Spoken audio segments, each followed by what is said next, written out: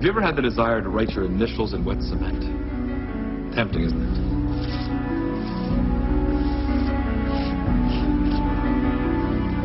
Of course, this is something we would never advocate. Fortunately, I have the tool to restore the damage. In these days of spray-painted walls, it's hard to remember that there was a time not that long ago when defacing property was simply not tolerated, no matter what the message was. Let's go back in time to a year when a school principal, Harvey Block, is facing a problem that is new to both him and his school. The year is 1941. The problem is graffiti. The school year of 1941 was the strangest I'd ever had. There was a fire in the gymnasium and 2 students almost died. I had my suspicions about who said it, but I couldn't prove anything. I take great pride in my automobile, and I have the same attitude about Ambrose Pierce High. But there are always kids who just won't follow the rules. Principal Block? Principal Block. Dave, good morning. Good morning, sir. There's something I think that you should see.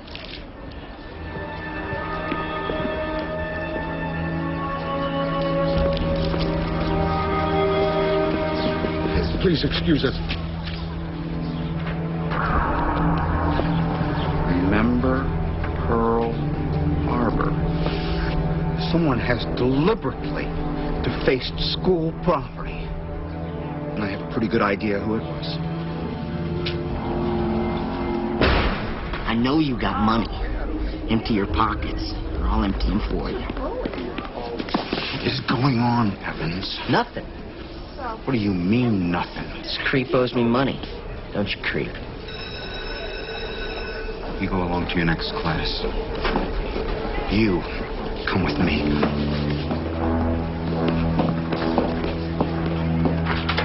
I never knew a kid as bad as Johnny Evans. He had no conscience, he was unreachable, very dangerous. When I was around him, I lost my perspective. I just wanted him out of my school. You really think you're a tough guy, don't you? Don't you? Tougher than you.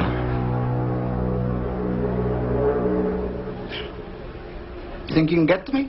Do you? You know what you are? You're just a no-good, dirty little hood.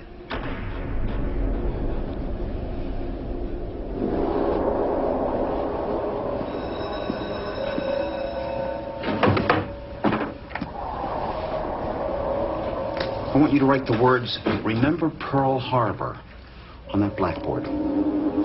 Why? Because somebody defaced school property, and I think it was you. I know what you're talking about.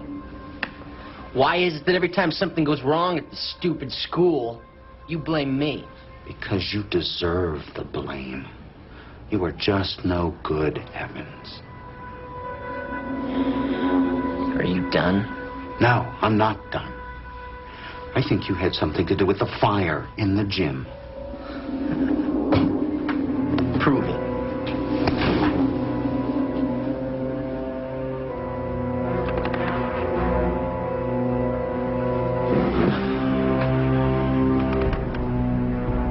I worked on that boy for over an hour.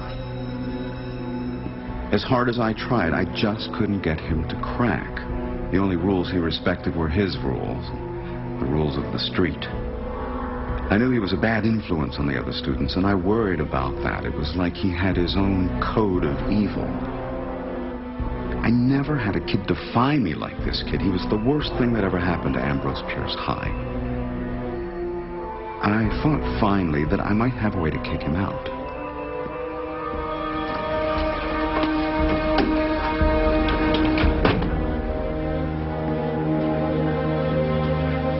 You know what these are? Books? This is the school attendance book. This is the conduct book. First, let's see if you've ditched enough days to get you thrown out of here.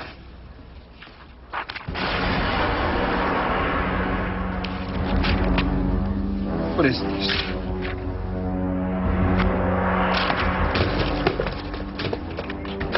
I don't believe this. You broke broke into my office and defaced my books, didn't you? I'm sorry to interrupt you, Principal Block, but I think you better look out the window.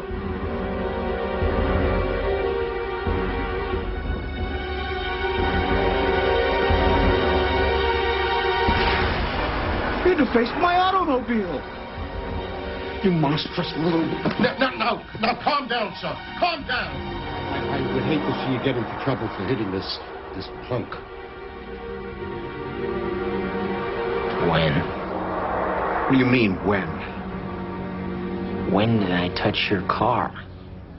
I've been here with you the whole time. He was right. As usual, I had no proof that he did anything. In my heart, I knew the kid was hopelessly bad. I hated to do it, but I had to let him go. As strange as the situation was, it got stranger.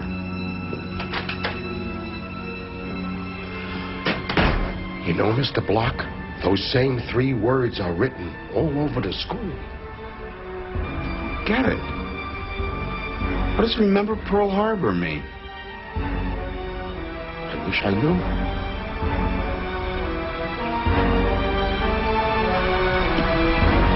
2 days later, the Japanese launched a sneak attack on our naval base at Pearl Harbor. Our story took place before Pearl Harbor. How could Johnny Evans have known about an enemy action that took our entire military by surprise? Was it just coincidence? Or was Johnny some devil on earth channeling an event that was certainly among the most evil of our century? Is this story of the unexplainable graffiti based on an actual event? Or have we engaged in a sneak attack on the truth?